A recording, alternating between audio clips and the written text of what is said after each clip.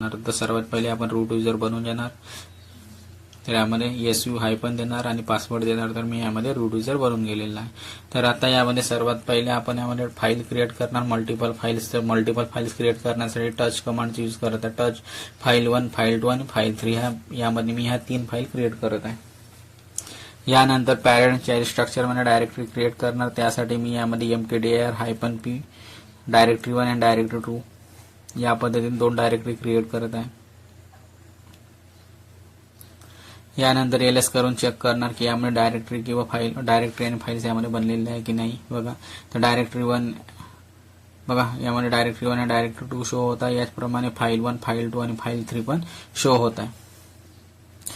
यानंतर ट्रीचे पॅकेज यामध्ये इन्स्टॉल करणार. तर त्यासाठी install tree-y मशीन अपडेटेड आहे, ते यामध्ये ऑलरेडी पॅकेज इन्स्टॉल असणार. तर बघा यामध्ये रिपॉझिटरीमध्ये चेक करत आहे पॅकेजला, म्हणून यामध्ये अपडेटिंग सबस्क्रिप्शन मॅनेजमेंट रिपॉझिटरी म्हणजे पॅकेज इन्स्टॉल आहे की नाही यामध्ये रिपॉझिटरीमध्ये चेक करणार. कारण की मी यामध्ये मॅन्युअली रिपॉझिटरी कॉन्फिगर केलेली आहे. कशा प्रकारे रिपॉझिटरी कॉन्फिगर करणार ह्या गोष्टी पण मी लिनक्समध्ये शिकवणार. आणि सबस्क्रिप्शन कशा प्रकारे, सबस्क्रिप्शनच्या अकाउंटमधून कशा प्रकारे आपण याला ऍक्टिव्हेट करू शकतो सबस्क्रिप्शनच्या अकाउंटने, त्या गोष्टी पण मी आपल्याला सांगणार. तर बघा यामध्ये ट्रीचे पॅकेज चेक करत आहे. तर यासाठी मी यामध्ये install tree-y, तर यामध्ये ट्रीचे पॅकेज नाही. तर बघा यामध्ये एरर आलेला आहे, कारण की याला जो OS पाहिजे होता तो मिळालेला नाही.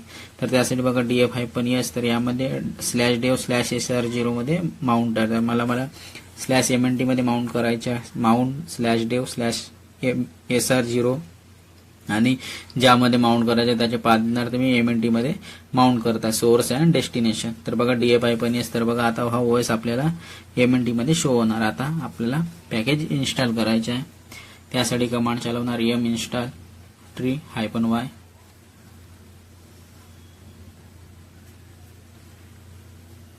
तर त्या रिपॉझिटरीमधून पॅकेज इन्स्टॉल होऊन जाणार.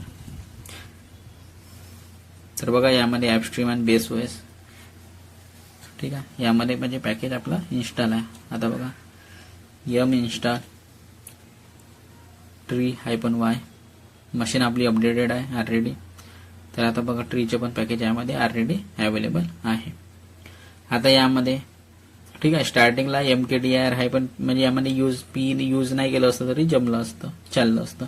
आता मला पॅरेंट चाइल्ड स्ट्रक्चर म्हणजे डायरेक्टरी क्रिएट करायची आहे. त्यासाठी मी कमांड यूज करणार mkdir -d directory x, directory y आणि डायरेक्टरी z. म्हणजे डायरेक्टरी x च्या आतमध्ये मला डायरेक्टरी y पाहिजे आणि डायरेक्टरी z त्याच्या आतमध्ये मला क्रिएट करायची आहे. डायरेक्टरी x च्या आतमध्ये डायरेक्टरी y आणि डायरेक्टरी y च्या आतमध्ये डायरेक्टरी z क्रिएट करायची आहे.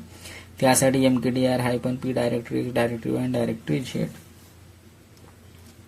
यानंतर ls करणार. तर बघा यामध्ये आपल्याला सर्वच शो होत आहे. यामध्ये डायरेक्टरी एक्सच शो होणार, कारण की डायरेक्टरी एक्सच्या आतमध्ये y आहे आणि y च्या आतमध्ये z आहे. यामुळे यामध्ये आपल्याला डायरेक्टरी एक्सच शो होणार. आता आपल्याला युजर बनवायचे आहे. तर युजर बनवण्यासाठी मी थेरी पार्ट्समध्ये सांगितलं की युजर बनवण्यासाठी आपल्याला युजर ॲड कमांडचा यूज करतो आणि युजरचं नाव देतात नितेश. तर यामध्ये युजर ऑलरेडी बनलेला आहे, त्यामुळे ऑलरेडी एक्झिस्ट शो होत आहे. तर यामध्ये cat etc 5wd मध्ये युजर चेक करणार की नितेश युजर बनलेला आहे की नाही. तर बघा cat etc 5wd यानंतर यामध्ये बघा नितेश युजर ऑलरेडी बनलेला आहे आणि याच्या ग्रुप पण नितेश आहे.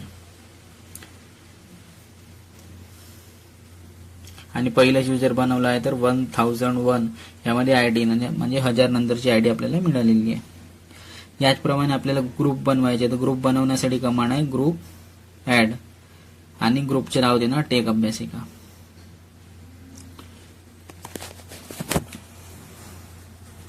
तर याप्रमाणे आपण ग्रुप पण क्रिएट करू शकतो. टेक _अभ्यासिका अभ्यासिका यामध्ये ये नाही दिलेला आहे अभ्यासिका नंतर, ठीक आहे, y नंतर ये नाही दिलेला आहे. त्यासाठी ग्रुप चेक करणार cat etc ग्रुप. तर यामध्ये बघा यामध्ये टेक अभ्यासिका ग्रुप बनलेला आहे. यामध्ये युजर पण दिसत आहे, कारण आपण युजरला कोणत्या ग्रुपमध्ये ऍड नाही केलाय. तर याचा ग्रुप पण स्वतःहून बनवून जातो, बाय डिफॉल्ट ग्रुप स्वतःहून बनवून जातो. तर सिंगल युजर ग्रुपमध्ये ऍड करायचे आहे. तर बघा बघा यामध्ये ग्रुप बनले, नितेश युजर पण बनलेला आहे आणि टेक अभ्यासिका हा यामध्ये ग्रुप पण बनलेला आहे. ठीक आहे, ह्या गोष्टी यामध्ये आपल्याला शो होत आहे. सिंगल युजर ग्रुपमध्ये ऍड करायचे आहे तर त्यासाठी आपल्याला यामध्ये आणखी 2 युजर बनवावे लागणार. म्हणजे मी 2 युजर आणखी यामध्ये बनवत आहे. मला ते ग्रुपमध्ये मल्टिपल युजर पण ऍड करून दाखवायचे आणि सिंगल युजर कशा प्रकारे ऍड करताय या गोष्टी पण दाखवायचे. त्यासाठी युजर ऍड करण्यासाठी, युजर क्रिएट करण्यासाठी युजर ऍड कमांडचा यूज करणार. अजय आणि विकास हे 2 युजर मी यामध्ये क्रिएट करणार. यानंतर मला एक युजरला या ग्रुपमध्ये ऍड करायचे आहे तर त्यासाठी मला या टेक अभ्यासिका ग्रुपमध्ये एक युजरला ऍड करायचे आहे, नितेश युजर. त्यासाठी कमांड चालवणार G5WD-A नितेश आणि त्या ग्रुपचे नाव टेक अभ्यासिका.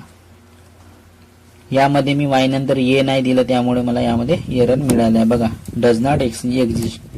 तर का बरं? कारण की हा जो ग्रुप आहे तो यामध्ये एक्झिस्ट नाही करत, कारण की मी म्हटलं आहे की लिनक्स ही केस सेन्सिटिव्ह ऑपरेटिंग सिस्टम आहे. तर वाय नंतर ए मी ग्रुप क्रिएट करताना दिलेला नाहीये, त्यामुळे मी यामध्ये पहिल्यांदा चेक करणार. चेक करून दाखवतो मी यामध्ये काय प्रॉब्लेम झाला तर. बघा, कॅट ETC ग्रुपमध्ये बघा टेक अभ्यासिकामध्ये मी वाय दिलेला नाहीये. तर या पद्धतीने पण आपल्याला चेक करता आलं पाहिजे की का बरं आपल्याला एरर येत आहे.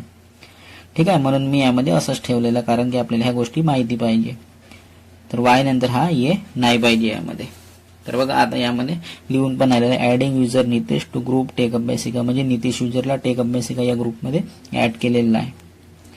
यानंतर आपल्याला मल्टिपल युजरला ऍड करायचे आहे तर त्यासाठी यामध्ये एच्या जागी आपण कॅपिटल एम ची यूज करणार आणि त्या युजरचे नाव कॉमा देऊन मेन्शन करणार. तर मला अजय आणि विकासला टेक अभ्यासिका या ग्रुपमध्ये ऍड करायचे. तर बघ त्यासाठी कमांड येणार G5WD-M अजय कॉमा विकास आणि त्या ग्रुपचे नाव टेक अभ्यासिका. आणि यानंतर आपण चेक करणार.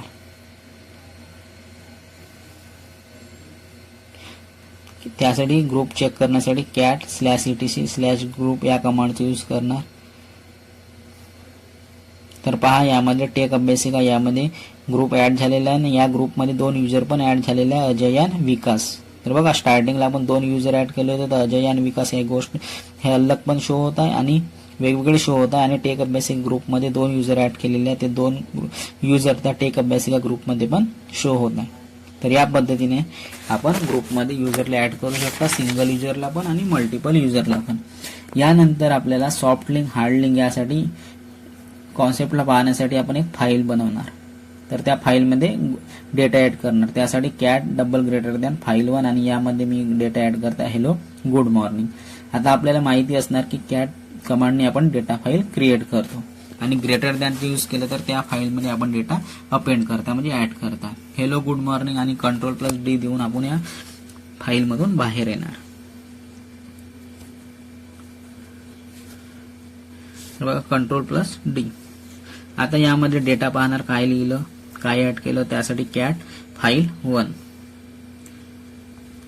आता आपल्याला यामध्ये सॉफ्ट लिंक बनवायची आहे. सॉफ्ट लिंक बनवण्यासाठी मी कमांड सांगितलेलं आहे ln-s. ज्या गोष्टी मी थेअरीमध्ये सांगितल्या त्याच गोष्टी मी प्रॅक्टिकलमध्ये करून दाखवत आहे. ln-s आणि फाईलचं नाव फाईल1 पासून बनवत आहे. तर आणि या फाईलला एक नाव देणार सॉफ्ट लिंक फाईल 1. आता यामध्ये ls करणार आणि यानंतर बघा सॉफ्ट लिंक फाईल 1 यामध्ये सॉफ्ट लिंक आपल्याला जे सॉफ्ट लिंक आहे ती आपल्याला शो होत आहे. यामध्ये आपण सॉफ्ट लिंक बनवलेली आहे. यानंतर यामध्ये ls-l करणार. तर बघा सॉफ्ट लिंक फाईल 1 च्या समोर आपल्याला फाईल 1 शो होत आहे आणि इकडे या साईडला बघा परमिशन मध्ये l पण शो होत आहे. तर यारोनी पण आपल्याला माहिती होती की ही सॉफ्ट लिंक आहे म्हणून आणि यामध्ये l नी पण आपल्याला माहिती होती की सॉफ्ट लिंक आहे म्हणून सर्वात पहिला जो अल्फाबेट आहे तो आहे l. ठीक आहे, तर या पद्धतीने आपण सॉफ्ट लिंक क्रिएट करू शकतो. सॉफ्ट लिंक म्हणजे शॉर्टकट, विंडोज मध्ये शॉर्टकट म्हणतो. तर बघा कलर पण आपल्याला शो होत आहे, कलर मध्ये शो होत आहे. आता यानंतर आपण डेटा पाहणार काय आहे या फाईलमध्ये. तर सॉफ्ट लिंक फाईल 1 पेस्ट करणार. तर बघा यामध्ये हेलो गुड मॉर्निंग शो होत आहे. आता या सॉफ्ट लिंक मध्ये काही डेटाला आपण ऍड करून पाहणार. मी सांगितलं होतं की सॉफ्ट लिंक जी आहे टेम्पररी फाईल आहे म्हणजे शॉर्टकट आहे, त्यामुळे या फाईलचे काही आपण यूज नाहीये असं. तर बघा cat आणि सॉफ्ट लिंक फाईल 1 करणार आणि यामध्ये डेटा ऍड करणार. New data updated.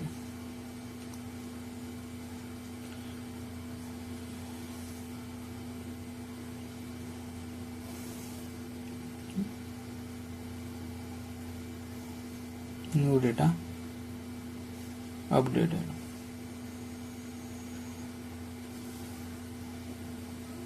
आणि फाईलला सेव्ह करणार. फाईलला सेव्ह करण्यासाठी Ctrl+D चा यूज करणार. आता सॉफ्ट लिंकचा डेटा फाईल 1 मध्ये शो होत आहे की नाही ह्या गोष्टी आपण पाहणार. त्यासाठी आता सॉफ्ट लिंक मध्ये जो डेटा ऍड केला तो आपल्या ओरिजिनल फाईल मध्ये शो होत आहे का त्या गोष्टी आपण पाहणार. त्यासाठी कॅट फाईल 1. तर बघा फाईल 1 ही आपली ओरिजिनल फाईल आहे. तर यामध्ये आपला जो डेटा अपडेट केला तो यामध्ये शो होत आहे. सॉफ्ट लिंक मध्ये डेटा अपडेट केला तो फाईल 1 मध्ये पण शो होत आहे. बॅकएंड मध्ये शॉर्टकट मध्येच होऊन जाणार. शॉर्टकट म्हणजे त्या फाईलला फास्ट ऍक्सेस करण्याची जी मेथड आहे तेच सॉफ्ट लिंक आपलं काम करत आहे. जो सॉफ्ट लिंक मध्ये अपडेट करणार तो फाईल 1 मध्ये पण शो होणार, म्हणजे ओरिजिनल फाईल मध्ये शो होणार. कारण सॉफ्ट लिंक जवळ स्वतःचं असं काहीही नाही राहत, फक्त कनेक्टेड आहे आपल्या ऍक्च्युअल फाईल सोबत. आता मी ओरिजिनल फाईलला डिलीट करणार, तर ओरिजिनल फाईल जी आहे फाईल 1 या फाईलला ओरिजिनल फाईलला डिलीट करणार आणि सॉफ्ट लिंक जी फाईल 1 आहे ती लिंक फाईल आहे. तर आता बघा या फाईलला ओरिजिनल फाईलला डिलीट करतो यामध्ये. तर त्यासाठी कमांड आहे rm-rf फाईल 1. आता ls करणार, कारण की सॉफ्ट लिंक जी आहे ती लिंक फाईल. बघा यामध्ये सॉफ्ट लिंक फाईल 1 चे कलर यामध्ये चेंज झालेला आहे, म्हणजे फाईल 1 यामधून डिलीट झालेली आहे, तर लिंक पण डिलीट होणार. म्हणजे हे लिंक नॉन ऍक्सेसिबल आहे. आता जेव्हा ऍक्च्युअल फाईल डिलीट झाली तर सॉफ्ट लिंक राहणार नाही, फक्त आपल्याला शो होत राहणार, परंतु ही ऍक्सेसिबल नाही राहणार. हा सॉफ्ट लिंकचा कॉन्सेप्ट आहे. आता यामध्ये सॉफ्ट लिंक मध्ये काय डेटा अवेलेबल आहे ह्या गोष्टीला पाहणार. त्यासाठी कमांड देणार कॅट आणि सॉफ्ट लिंकला पेस्ट करणार. तर बघा यामध्ये नो सर्च फाईल डायरेक्टरी, म्हणजे यामधून ती फाईल जे सॉफ्ट लिंक आहे ते ओरिजिनल फाईल डिलीट केलं तर सॉफ्ट लिंक पण यामधून डिलीट झालेली आहे. तर या पद्धतीने आपल्याला ब्लँक दिसणार. तर आता या फाईलला याला पण डिलीट करून टाकणार सॉफ्ट लिंकला. त्यासाठी कमांड यूज करणार rm-rf.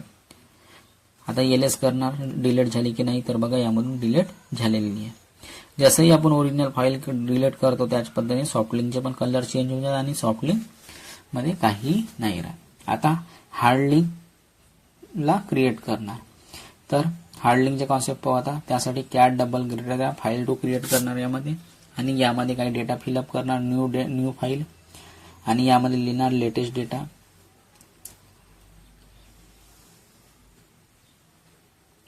आणि Ctrl+D देऊन यामधून बाहेर येणार. हार्ड लिंक म्हणजे बॅकअप फाईल, म्हणजे डुप्लिकेट फाईल. तर बघा या कॉन्सेप्टला सॉफ्ट लिंकचे काही फायदा नाही. आता ln आणि फाईल 2 म्हणजे ज्यापासून हार्ड लिंक बनवायचे त्यासाठी ln देणार, फाईल 2 चे ज्यापासून फाईल बनवायची त्यापासून, आणि फाईलला नवीन नाव देणार हार्ड लिंक 2. तर यामध्ये हार्ड लिंक क्रिएट होऊन जाणार. आता यामध्ये ls करणार.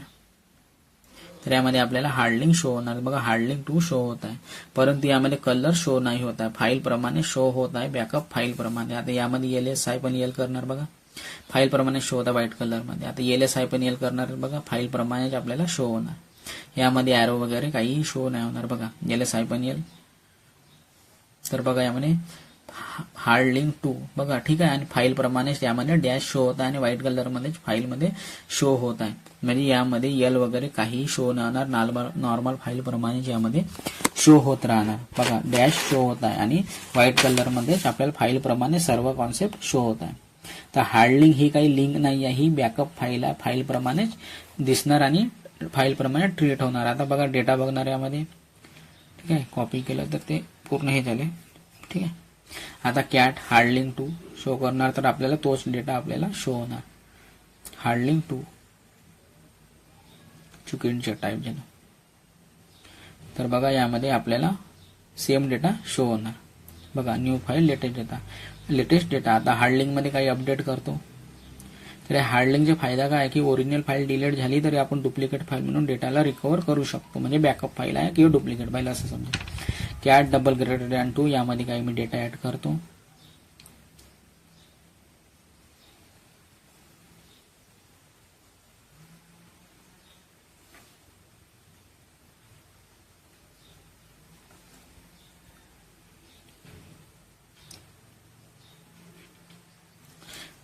स्टक झाली आहे मशीन म्हणून,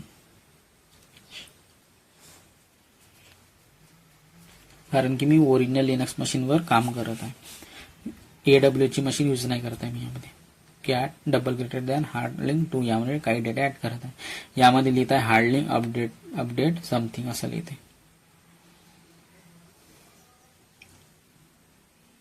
अपडेट समथिंग आणि कंट्रोल प्लेट देऊन बाहेर येणार. तर बघा आता या डेटाला ऍक्च्युअल फाईलमध्ये चेक करणार, जे ओरिजिनल फाईल आहे त्यामध्ये चेक करणार. त्यासाठी कमांड आहे कॅट आणि ओरिजिनल फाईलचे नाव file2.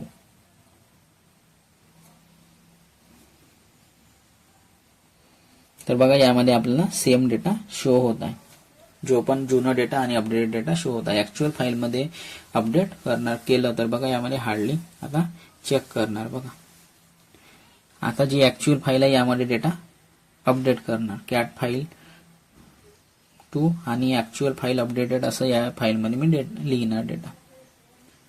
तर जो डेटा आपल्याला हार्डलिंक मध्ये दिसणार तोच डेटा आपल्याला ओरिजिनल फाईल मध्ये पण शो होणार, आणि ओरिजिनल फाईल पण डिलीट करणार तरी आपल्याला जे हार्डलिंक आहे त्यामध्ये आपल्याला डेटा शो होऊन जाणार, म्हणजे सेम डेटा शो होणार. तर बघा आता हार्डलिंक चेक करणार, ओरिजिनल फाईल मध्ये डेटा अपडेट करायचा, आता हार्डलिंक मध्ये चेक करणार. तर बघा आपल्याला डेटा सेम शो होणार यामध्ये पण. तर बघा सेम डेटा शो होत आहे. तर जो हार्डलिंक मध्ये आपले लिहिणार तो ऍक्च्युअल फाईल मध्ये शो होणार, आणि जो ऍक्च्युअल फाईल मध्ये डेटा आहे तो हार्डलिंक मध्ये शो होणार. दोन्ही एकमेकाचे बॅकअप आहे यामध्ये पुन्हा पुन्हा दुसऱ्या फाईल मध्ये डेटा अपडेट नाही करावं लागणार, आपोआप डेटा अपडेट होत जातो. जेव्हा ओरिजिनल फाईल मध्ये डेटा अपडेट करतो तेव्हा हार्डलिंक मध्ये अपडेट होऊन जातो, म्हणजे बॅकअप फाईल मध्ये अपडेट होऊन जातो, आणि बॅकअप फाईल मध्ये डेटा अपडेट करतो तेव्हा ओरिजिनल फाईल मध्ये डेटा अपडेट होऊन जातो. आता मी एक फाईलला डिलीट करणार, तर फाईल डिलीट करणार, ओरिजिनल फाईल डिलीट करत आहे, rm file2. तर बघा यामध्ये आपल्याला file2 डिलीट झालेली आहे. आता हार्डलिंक चेक करतो तर काय हार्डलिंक डेटा शो होतात. बघा यामध्ये आपल्याला हार्डलिंक 2 शो होत आहे, म्हणजे ओरिजिनल फाईल डिलीट झालेली आहे यामधून file2. हार्डलिंक चेक करणार तर हार्डलिंक मध्ये जो डेटा ऍक्च्युअल डेटा होता तो आपल्याला शो होत आहे. तर यामध्ये जसंच्या तसंच आपल्याला डेटा शो होत आहे, म्हणजे आपली ओरिजिनल फाईल डिलीट झाली तरी आपण बॅकअप फाईल आपली ऍज इट इज राहणार, आणि याच्या आपण फ्युचरमध्ये यूज करू शकतो डेटाला रिकव्हर वगैरे काही कोणती गोष्ट काम करण्यासाठी. तर आता हार्डलिंकचे पण कॉन्सेप्ट समजलं असणार की सॉफ्ट लिंकचे यूज काय आणि हार्ड लिंकचे यूज काय, ह्या गोष्टी समजल्या असणार. आता आपण टार कमांडचे यूज करणार, यामध्ये ट्रीचे बघून घेणार. बघा ट्री स्ट्रक्चर आपल्याला शो होत आहे. आता आपल्याला टार म्हणजे मल्टिपल फाईलला अगर आपल्याला सिंगल फाईल बनवायची आहे त्यासाठी आपण टार कमांडचे यूज करतो. तर बघा यामध्ये टार -cv म्हणजे 3 फाईलला मला, म्हणजे या तिन्ही डायरेक्टरीला मला एक बनवायचे, त्यासाठी टार -cv डायरेक्टरी x डॉट टार या नावाने मला बनवायची आहे, आणि डायरेक्टरी x. तर बघा यामध्ये पूर्ण डायरेक्टरी स्ट्रक्चर शो होतात. ls करणार तर यामध्ये डायरेक्टरी x आणि डायरेक्टरी x डॉट टार यामध्ये आपल्याला शो होणार. आता मला डायरेक्टरी x ची गरज नाही, तर या फाईलला मला डिलीट करायची आहे. तर टार फाईल कलर मध्ये आपल्याला यामध्ये शो होतं, डायरेक्टरी x डॉट टार बघा रेड कलर मध्ये शो होता. आता ls-l करणार तर याचे बघा 10,240 जो साईज आहे तो आपल्याला शो होता डायरेक्टरी x डॉट टारच्या. आता directory x dot tar file treat होत आहे, हायपन मध्ये पण आपल्याला शो होत आहे. बघा ls-l म्हणजे फाईल प्रमाणे ट्रीट होत आहे. आपण कधीही झिप फोल्डर नाही म्हणा, झिप फाईल म्हणतो. जेव्हा पण आपण खूप फाईल फोल्डरला एक बनवून देतो त्याला आपण झिप फाईल म्हटलं जाते. सिमिलरली ही टार फाईल आहे, डायरेक्टरीला कंबाईन करून बनवलं तरी ही फाईल नुसारच ट्रीट होणार. आता या फाईलला कॉम्प्रेस करायचे, तर कॉम्प्रेस करायचं म्हणजे या फाईलचा जो साईज आहे 10,240 याला आपल्याला कमी करायचे आहे. त्यासाठी कमांड आहे gzip, आणि त्या डायरेक्टरी x डॉट टार हा आपल्याला नाव द्यावं लागेल जो कॉम्प्रेस केला होता तो. आता यानंतर ls करणार तर याचे एक्सटेन्शन पण चेंज होऊन जाणार, gz लास्टला लागणार. बघा डायरेक्टरी x डॉट टार gz. आता ही फाईल कॉम्प्रेस झालेली आहे. आता याचा साईज चेक करणार ls-l कमांडने. तर बघा 153 याचा साईज झाला आहे, जे की पहिले 10,243 एवढं होतं, 240 एवढं होतं. बघा तो पण ते जुन्या साईज पण दाखवतो. बघा 10,240 होतं, आणि आता जे कॉम्प्रेस होऊन जो साईज झालेला आहे तो खूप कमी झालेला आहे 153 बाईट्स मध्ये. ठीक आहे. फ्युचरमध्ये या फाईलला आपल्याला अनकॉम्प्रेस करायचे आहे, म्हणजे पुन्हा त्याच साईज मध्ये आणायचे आहे 10,240 मध्ये. तर त्यासाठी यामध्ये कमांड आहे unzip. तर त्या गोष्टी पण आपण करून घेऊ. आपण त्या जुन्या साईज मध्येच आपण फाईलला अनकॉम्प्रेस करू, म्हणजे ओरिजिनल साईज मध्ये आणू. तर त्यासाठी कमांड आहे unzip डायरेक्टरी x डॉट टार gzip.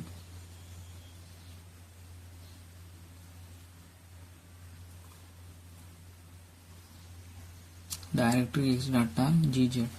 तर हे आता डायरेक्टरी एक्स डॉट टार आहे, यामुळे GZ इरेज झालं आहे आणि हे साईज पाहिलं तर याचं साईज पण जुनं येऊन जाणार. बघा गेल्या -L तर याचं साईज बघा 10,240 240 आणि यामधून GZ जो एक्सटेन्शन होता तो यामधून रिमूव्ह झालेला आहे, म्हणजे डायरेक्टरी एक्स डॉट टार आपल्याला शो होत आहे. आता या टारला पण आपल्याला रिमूव्ह करायचे, त्यासाठी आपण कमांड यूज करणार टार -XVF आणि डायरेक्टरी एक्स डॉट टार. डायरेक्टरी एक्स डॉट टार म्हणजे फाईलचे नाव देणार. तर बघा यामध्ये डायरेक्टरी स्ट्रक्चर शो होत आहे. आता यामध्ये LS करणार, LS कमांड चालवणार. तर बघा डायरेक्टरी एक्स आणि डायरेक्टरी एक्स डॉट टार यामध्ये शो होत आहे. आता या डायरेक्टरी एक्स डॉट एक्सला आपण यामधून डिलीट करणार. तर बघा पहिले यामध्ये नाही होती डायरेक्टरी, तर बघा यामध्ये रिमूव्ह केलेली आहे. RM-RM डायरेक्टरी LS करणार. तर बघा यामध्ये डायरेक्टरी एक्स नाही आपल्याला शो नाही होत आहे. आता यामधून डायरेक्टरी एक्स डॉट टारला पण यामधून बघा यामधून म्हणजे पुन्हा क्रिएट करणार. बघा डायरेक्टरी एक्स डॉट टार म्हणजे डायरेक्टरी एक्स जे डिलीट झालेली आहे त्यांना पुन्हा क्रिएट करणार. म्हणून डायरेक्टरी एक्सला रिमूव्ह करून देते RM-RM आणि डायरेक्टरी एक्स. तर बघा रिमूव्ह करून देता यामधून. तर यामधून LS करणार. तर यामधून बघा डायरेक्टरी एक्स रिमूव्ह झालेली आहे. आता आणखी पुन्हा डायरेक्टरी एक्सला क्रिएट करणार. तर डायरेक्टरी एक्स टार -XVF डायरेक्टरी एक्स डॉट टार XVF डायरेक्टरी एक्स डॉट टार.